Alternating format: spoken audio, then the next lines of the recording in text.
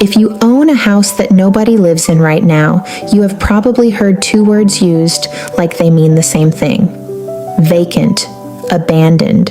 They do not mean the same thing, and the difference can change your insurance, your legal exposure, and what the county can do about it. By the end of this video, you will know exactly which one describes your house and what that means for you. I'm Alexis with Riv Buys Properties. If you've got an empty house on your mind right now, whether it belonged to a parent, sat between tenants, or you just moved out and never came back, I want to take the fear down a notch and give you real answers. Today I'm going to teach you the difference between a vacant house and an abandoned house in Georgia in simple terms, so you know exactly where you stand and what your next step is.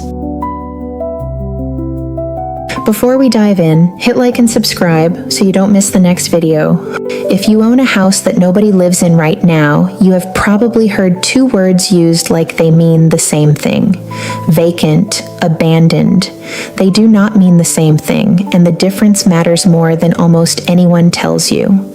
It can change your insurance, your legal exposure, and what the county can do about your house.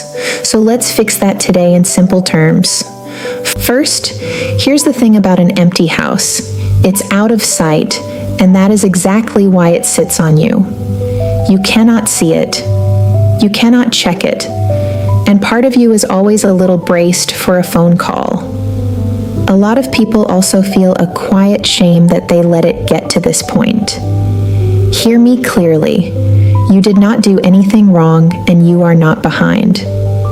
Let's just get you the facts. Let's start with the word vacant, because it's the one most people get wrong.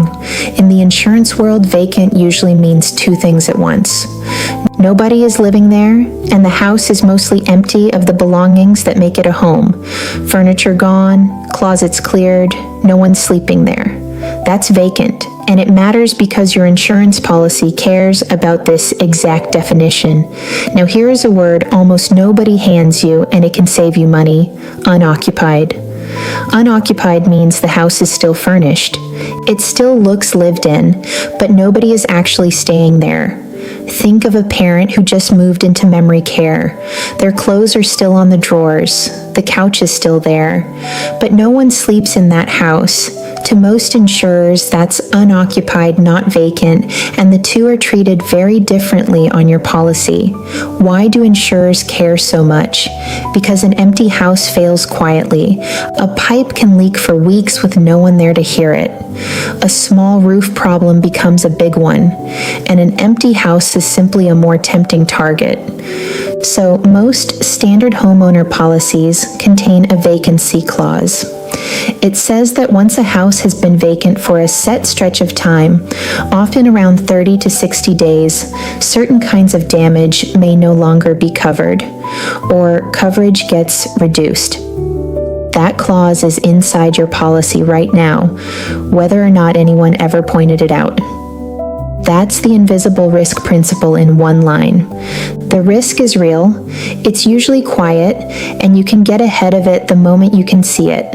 So in simple terms, your policy was written for a house someone lives in. Once it sits empty past the window in your policy, the insurer's risk goes up, so their promise shrinks. Some policies drop coverage for vandalism, water damage, or glass breakage on a vacant home. Some can deny a claim entirely.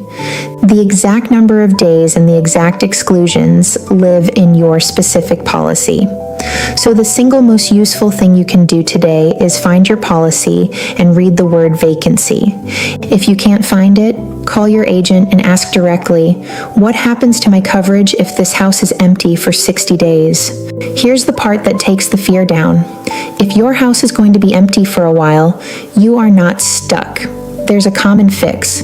It's called a vacancy endorsement. Or you can move to a dedicated vacant home policy. It's a rider or a separate policy built specifically for a house nobody lives in. It covers the gaps a normal policy leaves open once it's vacant. It usually costs more than a standard policy because the risk is higher, but it is far cheaper than an uncovered claim. If you're holding this house empty for more than a month or two, that's the call to make. Now the heavier word, abandoned. This is where people scare themselves for no reason, so listen closely. In everyday speech, people call any empty house abandoned, but abandoned is really a legal and code idea, and it means something specific. A house is generally treated as abandoned when the owner has given up on it, stopped maintaining it, stopped paying on it, and shows no intention of coming back. It's not about how long it's been empty. It's about whether the owner walked away. An empty house that you're insuring, checking on, and paying the taxes on is not abandoned. It's vacant, and you are clearly still the caretaker. Why does that word matter so much? Because abandoned or even long-term vacant can bring the local government into the picture. In Georgia, many cities and counties keep what they call a vacant or abandoned property registry, and some require owners to register a house once it's been empty for a while.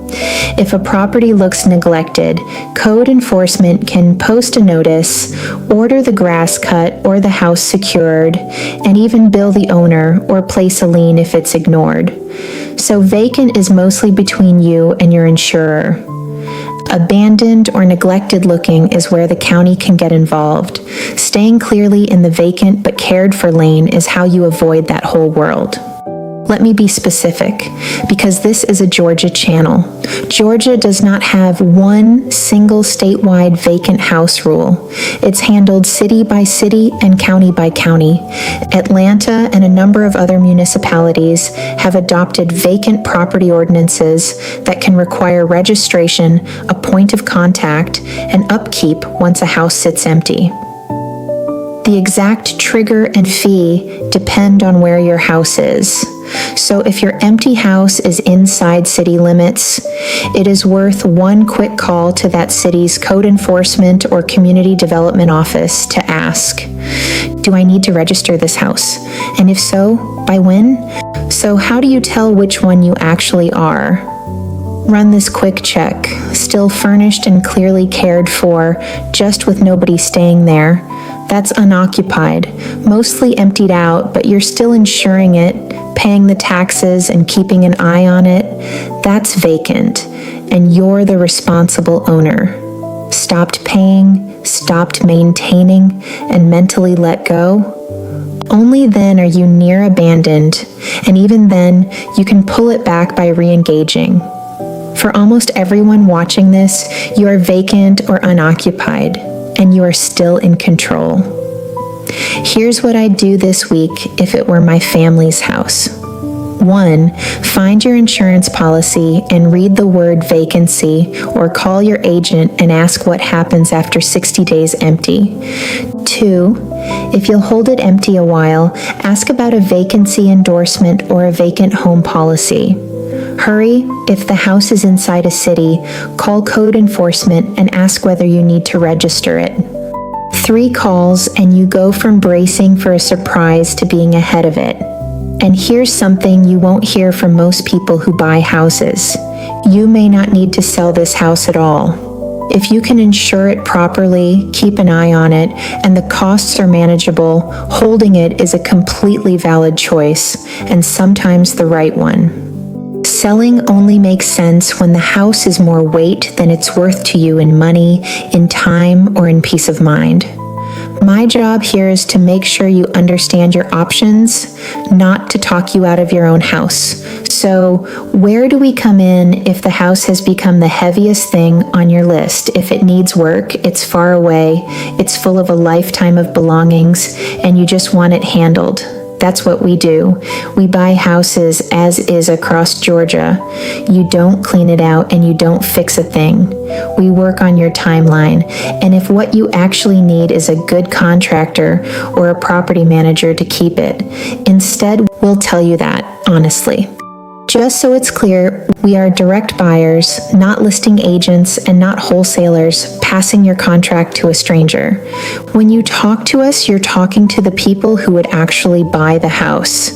If you've got an empty house on your mind and you just want a clear, no pressure next step, click the link in the description and fill out the quick form at rivbuysproperties.com. Grab the matching guide while you're there, and if you just need a referral instead of a sale, we're glad to give you one.